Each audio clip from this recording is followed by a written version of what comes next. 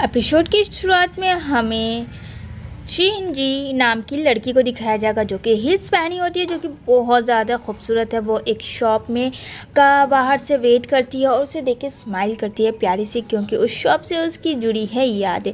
एक साल पहले के बारे में वो सोचती है कि वो शूज़ स्टोर में आई थी अपने शूज़ लेने के लिए, जहाँ उसकी मुलाकात हुई थी सू नामी लड़के से, जो कि हमारा मेन लीड है। वो उसे शूज़ देता है क्योंकि उसको हील्स पहनने की शिनजी को आदत बिल्कुल भी नहीं है, तो वहाँ पे उसके पैर जो है वो कटे होते हैं। तभी यहाँ पे वो उसे कंफर्टेबल शूज़ देता है।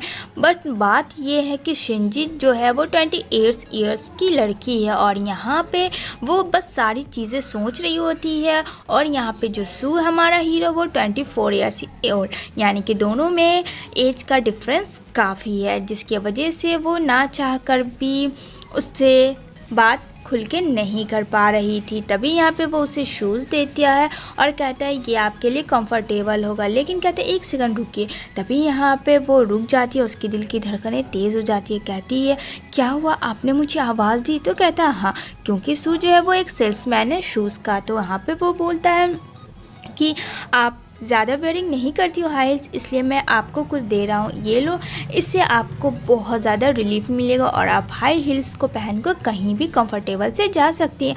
ये चीज़ सुन के तो मानो शिनजी के दिल और दिमाग में खुशी से लड्डू फूट उठते हैं। तभी यहाँ पे वो अपने ऑफिस आ जाती है काम करने के लिए और वो अपने शूज़ को लेके काफ़ी खुश होती है। तभी वहाँ आपका प्रेसिडेंट आता है सू, जो कि सेल्समैन भी है, मैनेजर भी है और वहाँ का सीईओ भी है। तभी यहाँ पे वो देखती है शिनजी तो काफ़ी कस के चिल्ला देती है, लेकिन वो शांत हो जाती है, कहीं वो सारे लोग सुन ना ले उसकी बात की। वो उसे पहले से जानती है क्योंकि उसके ही कहने पे उसने शूज़ ली थी, इसलिए खामोश हो जाती है। इधर देखने को मिलेगा प्रेजेंट में, जहाँ वो सोच रही होती उसके शूज़ को 3 मंथ्स हो चुके हैं और यहाँ पे वो उसे देखकर काफ़ी खुश है। उसे अपनी जान से भी ज़्यादा प्यार करती है। उस शूज़ को से वो बिल्कुल भी कंपेयर नहीं करना चाहती है, क्यों ना, क्योंकि वह शू जो देने वाला इंसान है वो सू है, जिसे वो बहुत ज़्यादा पसंद करती है।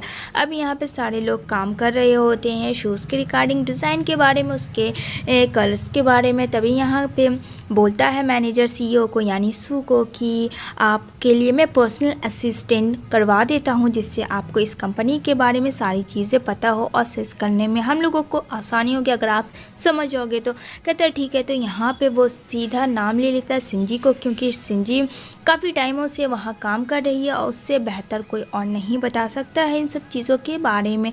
तो यहाँ पे अब वो क्या बोले, उसके मन में तो लड्डू फिर से फूट रहे थे, लेकिन यहाँ पे तो वो काम पे ध्यान कम दे रही थी और सू पे ध्यान ज़्यादा दे रही थी। तो मैनेजर को बोलता आर यू ओके शिनजी? तो कहती हाँ मैंने समझ गई। अब वो क्या बताए कि वो सू से लव करती है, ऐसा तो वो किसी को बता नहीं सकती है, लेकिन यहाँ पे उसका फ्रेंड जो है बैठ के वो देख रहा होता है सू का और यहाँ पे वो शर्मा जाती है, कहती है हाँ मैं ठीक हूँ। तभी यहाँ पे सू का फ्रेंड बोलता है भाई मैंने देखा शिनजी को किस तरीके से वो रिएक्शन कर रही थी, शर्मा रही थी जब तुम्हारे असिस्टेंट का पारी आया। तो यहाँ पे बोलता मुझे नहीं पता तुम क्या सोच रहे हो, जो भी है खैर मुझे से क्या मतलब, कहीं ना कहीं हो सकता है वो करती हो लाइक, लेकिन मेरे वजह से ऐसा कुछ भी नहीं है। कहता नहीं वो करती है तुझसे प्यार, इतना तो मैं श्योर हूँ, और कहीं ना कहीं तेरे दिल में भी उसके लिए फीलिंग्स है। इधर वो अपनी फ्रेंड से डिस्कस कर रही थी कि वो उसके कंपनी में आया है और वो भी सीईओ बन के, मुझे नहीं पता था मैं, और पता तुम्हें मैं उसकी असिस्टेंट मैनेजर हूँ। काफ़ी खुश हो रही थी उसकी फ्रेंड। तो यहाँ पे उसकी फ्रेंड बोलती क्या लगता है तुझे शू तुझे लाइक करता है, अब तो तू काम भी उसके साथ ही रहेगी हर वक्त? तो कहती है हाँ लगता तो है, लेकिन मुझे नहीं पता कि वो मेरे बारे में क्या सोचता है नहीं सोचता है, और मैं एज को लेके ज़्यादा सोच रही हूँ क्योंकि हम दोनों की जोड़ी ख़ास बनेगी नहीं, लोग क्या सोचेंगे हम दोनों के बारे में। यहाँ पे उसकी फ्रेंड कहती है कि जब प्यार किए तो डरना क्या, इतना टेंशन क्यों लेती है, जाके तू उसे डायरेक्ट बोल दे, अगर वो तुझसे डेट नहीं करेगा तो इट्स ओके, लेकिन उसके दिल की बात तो तू समझ जाएगी ना। तो कहती है हाँ ये बात तो तूने ठीक कही, तो दोनों फ्रेंड में डिस्कस हो जाता है कि आई विल वर्क हार्ड, वो सब कुछ करेगी। और यहाँ पे बोलती है ओके मैं डायरेक्ट जाके बोल दूँगी। तो यहाँ पे कहती है गुड सिंजी तुम कर सकती हो, I proud my friend yes yes you can do this. और इतना कह के बाय बाय बोल के वो लोग अपने अपने डिपार्टमेंट में चले जाते हैं काम करने के लिए। लेकिन यहाँ पे सिंजी जो है फिर भी वर्ried होती है कि वो उससे नहीं कह पाएगी, क्योंकि कहीं ना कहीं उसे दुनिया के बारे में बहुत सोच थी।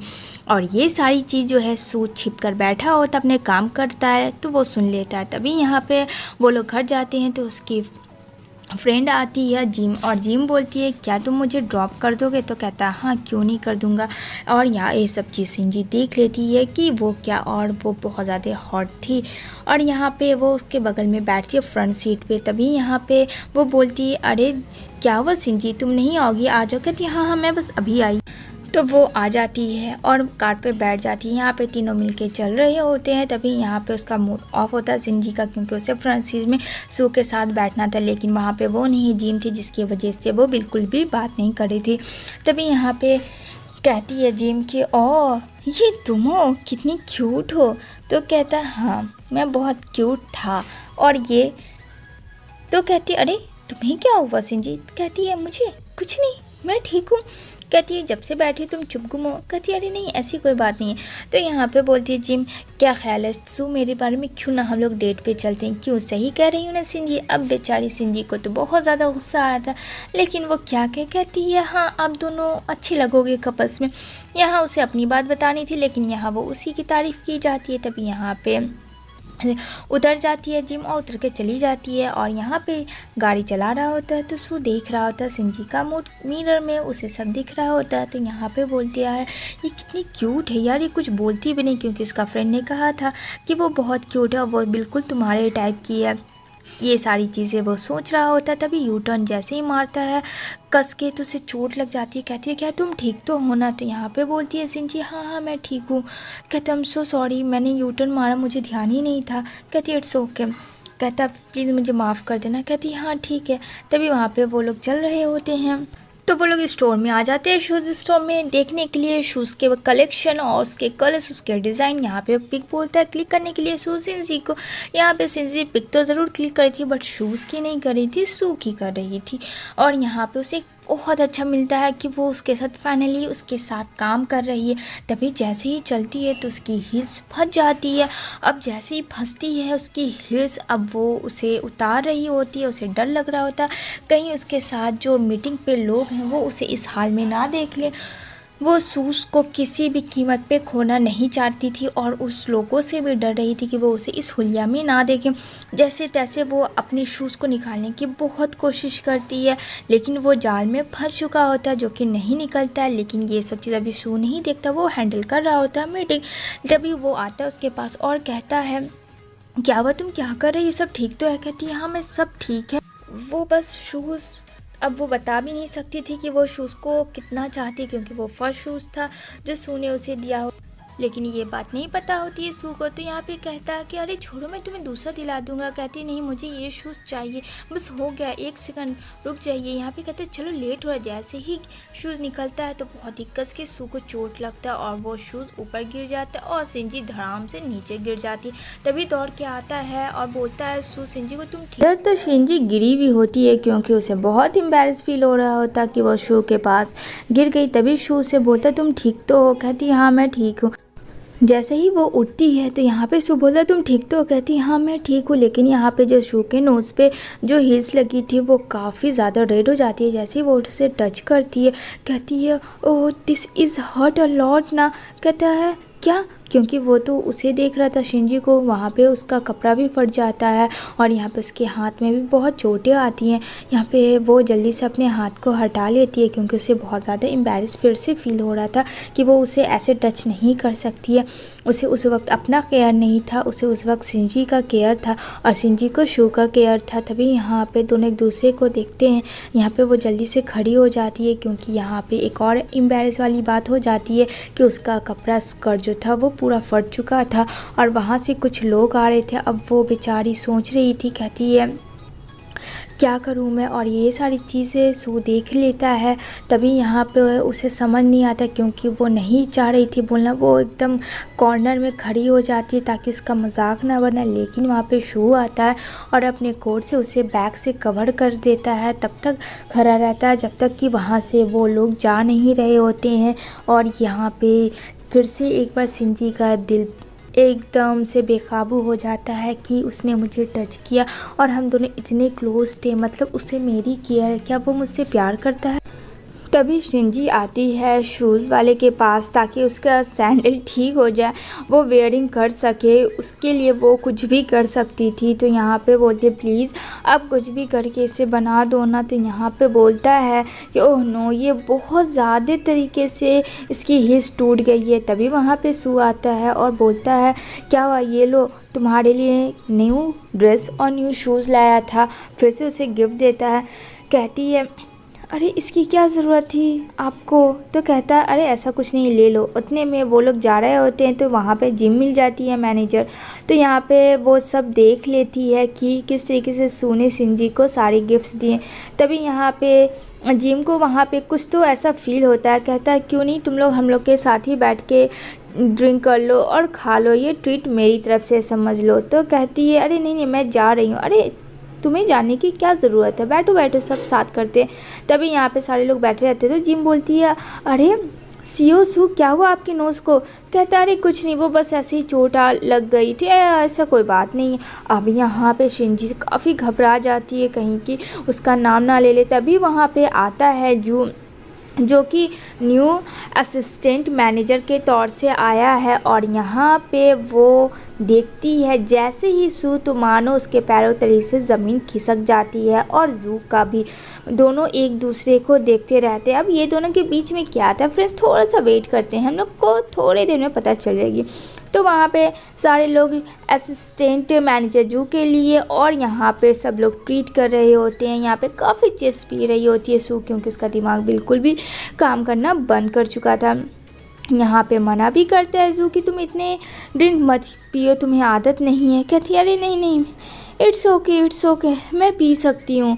अब यहाँ पे वो सोच रही होती है कि जब वो दोनों साथ ही में यूनिवर्सिटी में पढ़ते थे और यहाँ पे सू और जू एक दूसरे को पसंद क्या करते थे काफ़ी, और सू भी जू को काफ़ी लाइक करती थी। लेकिन यहाँ पे कुछ ऐसा हुआ जिसकी वजह से दोनों अलग हो गए और ये सारी चीज़ें सू देख रहा होता है।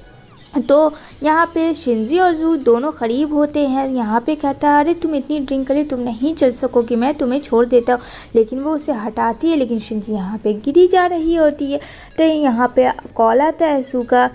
तो यहाँ पे देखता है शिनजी और जू को दोनों साथ में है, क्या कर रहे हैं ये दोनों।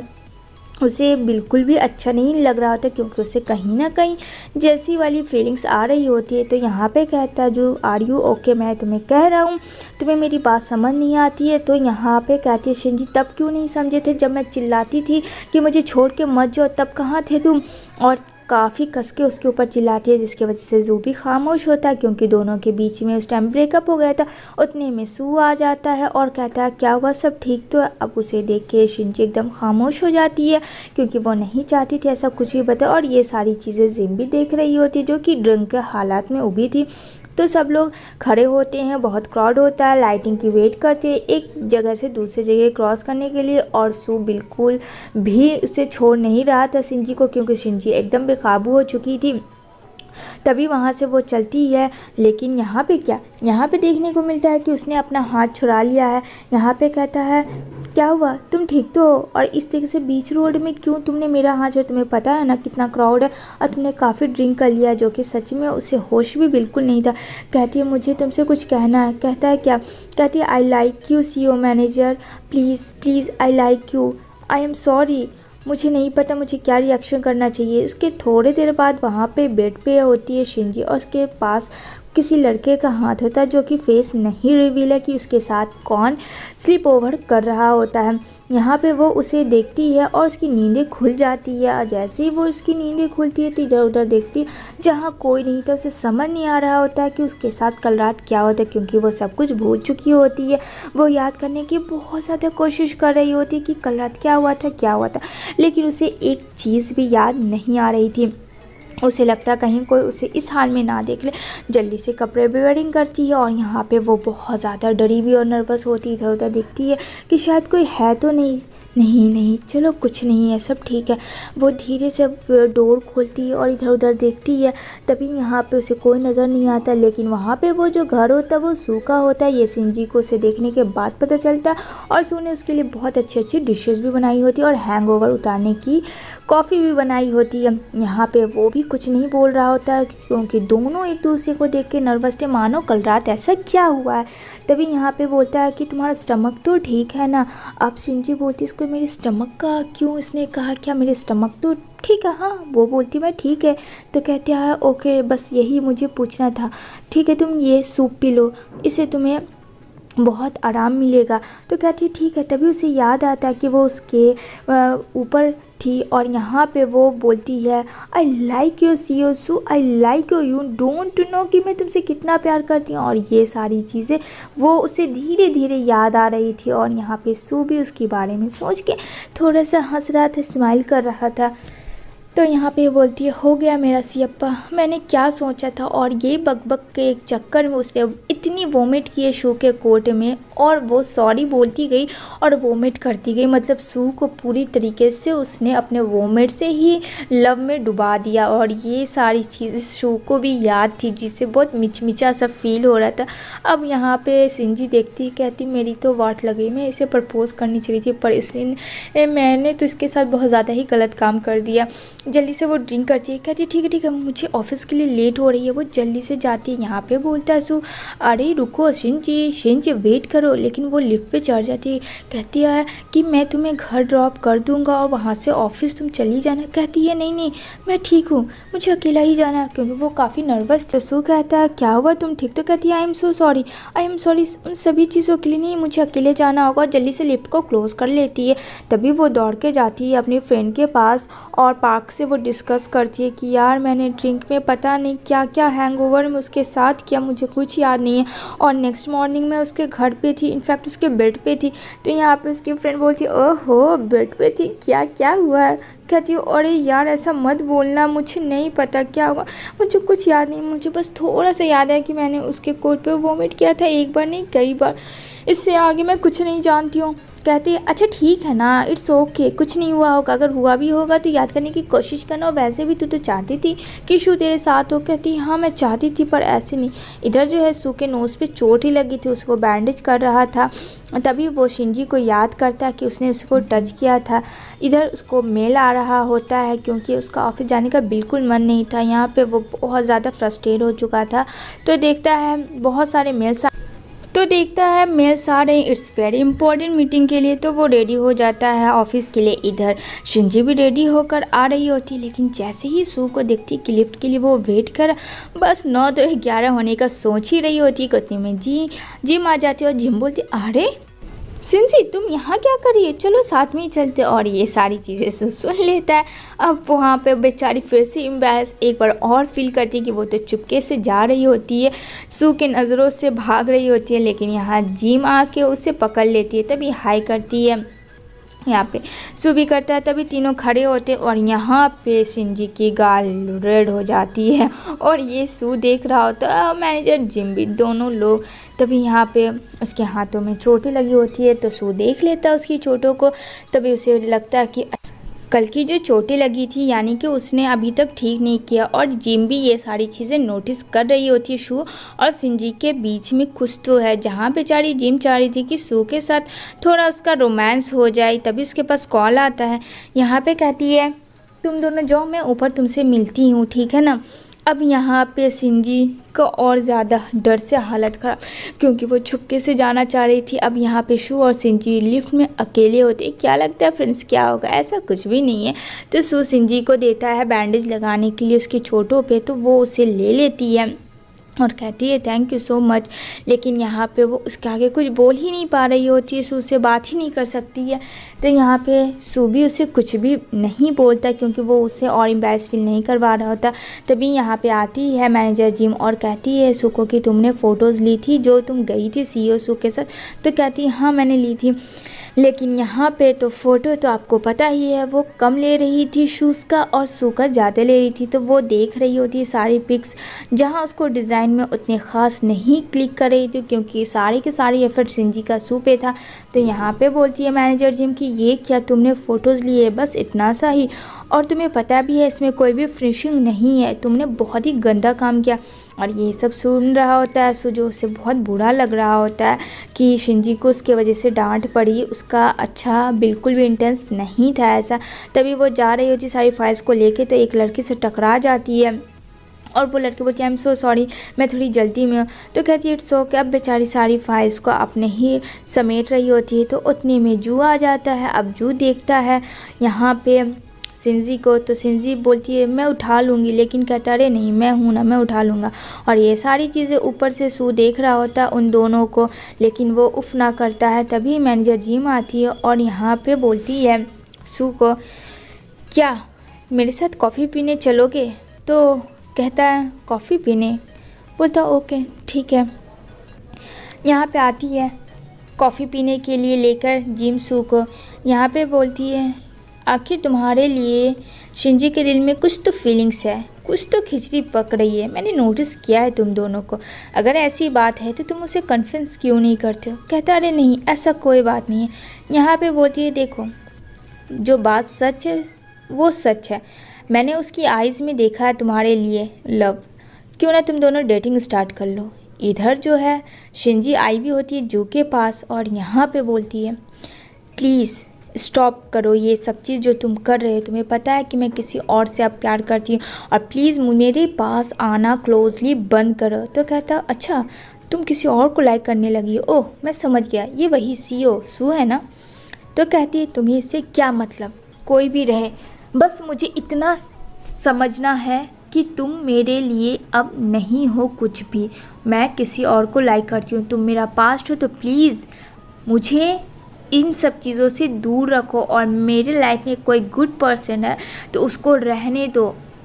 यहाँ पे कहता है वो सब भूल गई, कस्में वादे जो तुमने किए थे? कहती हाँ हाँ सब भूल गई और प्लीज़ मेरे पास आने की कोशिश मत करना, तुमने जो मेरे साथ किया है उसके लिए मैं तुम्हें कभी माफ़ नहीं करूँगी। और वैसे भी वो यूनिवर्सिटी की बातें थी, अब वो सब ख़त्म हो चुकी है जो कि बहुत पीछे चली गई है।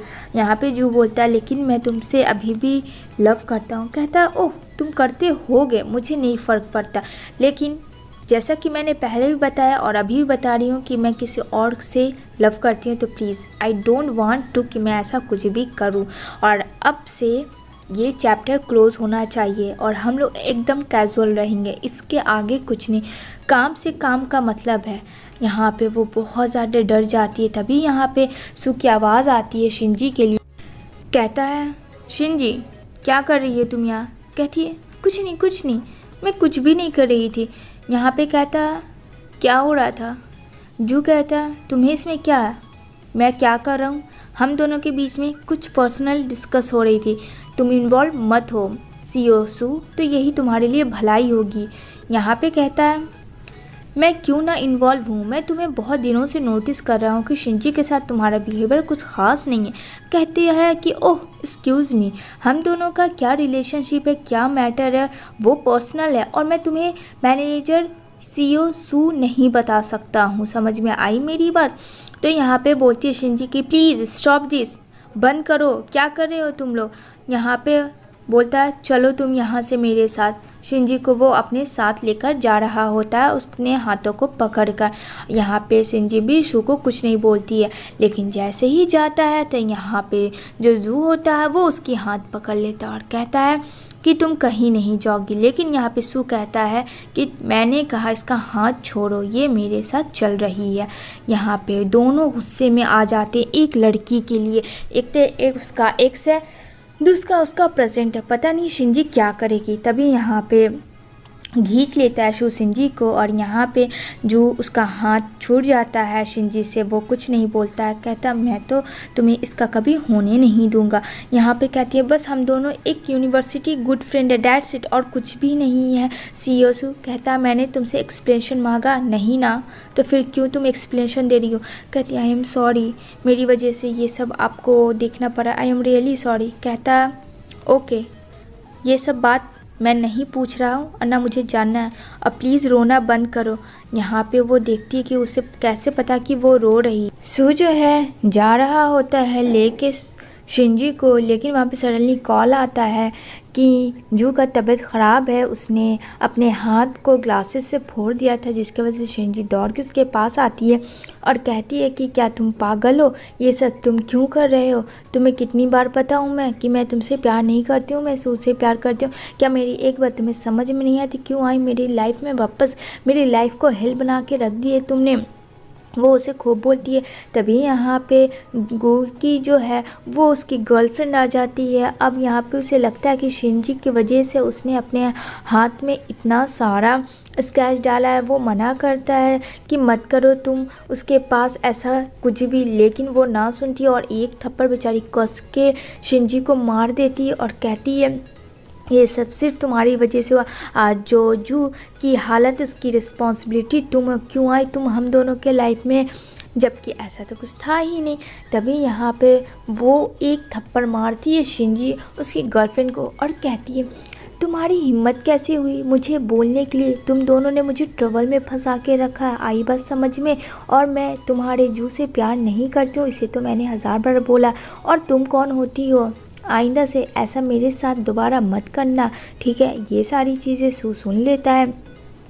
अब उसे देखता है कि वो आ रहा है तो यहाँ पे शिनजी खामोश हो जाती है। यहाँ पे बोलती है शेम ऑन यू, तुम लोगों को क्या समझ में नहीं आती इतनी सी बात, जब ये तुमसे बात नहीं करना चाहती, तुमसे लव नहीं करी, तो फिर क्यों ऐसे कर रहे हो। लेकिन यहाँ पे शो का दिमाग खिसक जाता है, उसे लगता है कि शिनजी उसे छोड़ के आई है जू के पास, यानी कि वो उसे भी लाइक करती है।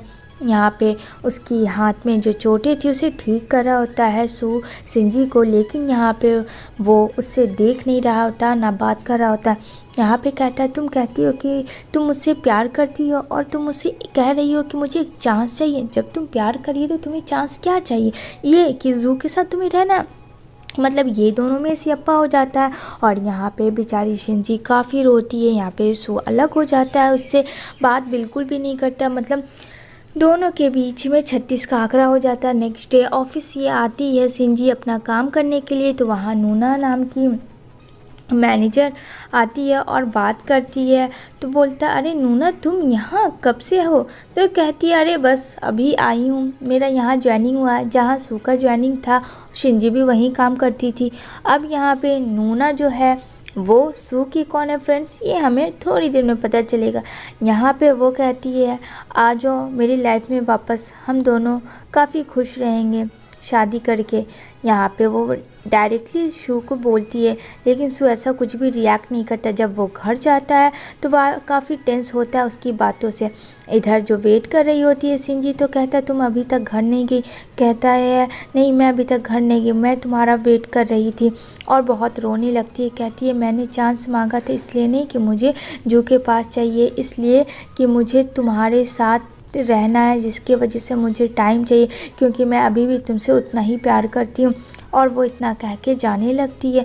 तभी यहाँ पे उसकी नज़र पड़ती है शिनजी की शूज़ में, जो कि वो ठीक कर चुकी थी उसके हील्स को, और सडनली वो उसके पास आता है और हक करता है। लेकिन उसके दिमाग में नूना की बात खटक रही थी कि वो उससे चाहती है और वो उससे शादी करके रहेगी। तभी यहाँ पे वो अपनी फ्रेंड के घर आती है शिनजी, तो अपनी फ्रेंड से डिस्कस कर रही होती है कि उन दोनों के बीच में अब फाइनली सब ठीक है। इधर नेक्स्ट डे अपना ऑफिस आती है तो यहाँ पे उसकी मुलाकात नूना से होती है। देखती है कि वो डायरेक्टली बैठी है सू के पास और उसका मोबाइल भी ले रही है। ये सब चीज़ें उससे बिल्कुल भी अच्छी नहीं लग रही होती है।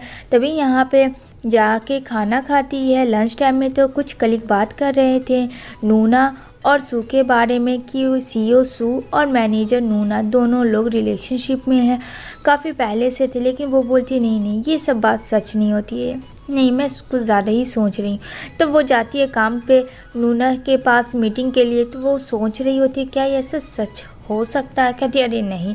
तो वहाँ पे नूना कहती है अरे क्या हुआ, सब ठीक तो है। तो कहती है हाँ हाँ सब ठीक है, वो मैं ये डॉक्यूमेंट्स दिखाने आई थी। वो बात को चेंज कर देती है, लेकिन उसका दिमाग खटक रहा होता है क्या कलीग जो कह रहे थे वो सच बात है या झूठ बात है। लेकिन वो उसे इग्नोर करके उसे प्रोजेक्ट को दिखाती है, तो उसे प्रोजेक्ट बहुत अच्छा लगता है नूना को। इधर नूना के घर वो जाती है किसी बहाने से और गलती से देख लेती है सू और नूना की किस पिक 2006 की, उसके बर्थडे की, जिसे देखकर वो वहाँ से दूर चली जाती है, सू से उस कांटेक्ट में नहीं होती है। इधर नूना काफ़ी ड्रिंक करके आई हुई होती है डायरेक्ट सू के घर में और वो सू का ड्रेस खोल रही होती है। लेकिन यहाँ पे सू से समझाता ऐसा मत करो, ये गलत है क्योंकि मैं तुमसे नहीं शिंजी से लव करता हूँ। लेकिन वो कोशिश करती है। उसके बाद जब उसे होश आता है तो कहती है आई एम रियली सॉरी, मुझे ऐसा कुछ भी नहीं करना चाहिए था, क्या करूँ मैं तुम्हारे ऐसे एकदम खींची चली आई और मैं बहुत ज़्यादा अकेली हो गई थी, फ्रस्ट्रेट हो गई थी, जिसकी वजह से मुझे तुम्हारी नीड होने लगी। इधर जैसे ही वो जा रहा है होता है तभी यहाँ पे शिंजी आ जाती है और नूना बोलती है कि तुमने ऐसा क्या जादू किया है जो सू मेरा नहीं, इतना कुछ होने के बावजूद, तुम्हारे कांटेक्ट में ना होने के बाद भी वो तुमसे ही प्यार करता है। यहाँ पे इतना कह के वो वहाँ से चली जाती है। तभी शिंजी काफ़ी रोती है, कहती है क्या मैंने कुछ गलत कर दिया था हाँ जो तुमने मेरे साथ ऐसा किया, क्यों तुमने अपने रिलेशनशिप के बारे में छुपाया। तो कह रहा था सू कि तुमने मुझे बोलने का मौका नहीं दिया, मैंने इतने कॉल्स किए, इतने मिलने की कोशिश की, लेकिन वो नहीं मिल रही थी क्योंकि जब से उसने किसकी पिक देखी थी तब से उसने सब कुछ ब्लॉक कर दिया होता है सू का। खैर फाइनली अब ठीक हो जाता है और कहता है कि अब मुझे कभी छोड़ के मत जाना। इधर वो दोनों एक साथ टाइम स्पेंड करते हैं और दोनों लोग के बीच में अब सब कुछ फाइनली ठीक था। तो वो उसे प्यारा सा हक करता है। शिंजी उस मॉर्निंग को बहुत अच्छा फील करती है। नेक्स्ट डे वो लोग जा रहे होते हैं अपने ऑफिस काम में और दोनों लोग काफ़ी खुश हो रहे होते हैं। तो यहाँ पे कहते चलो मैं तुम्हें सरप्राइज़ दूंगा।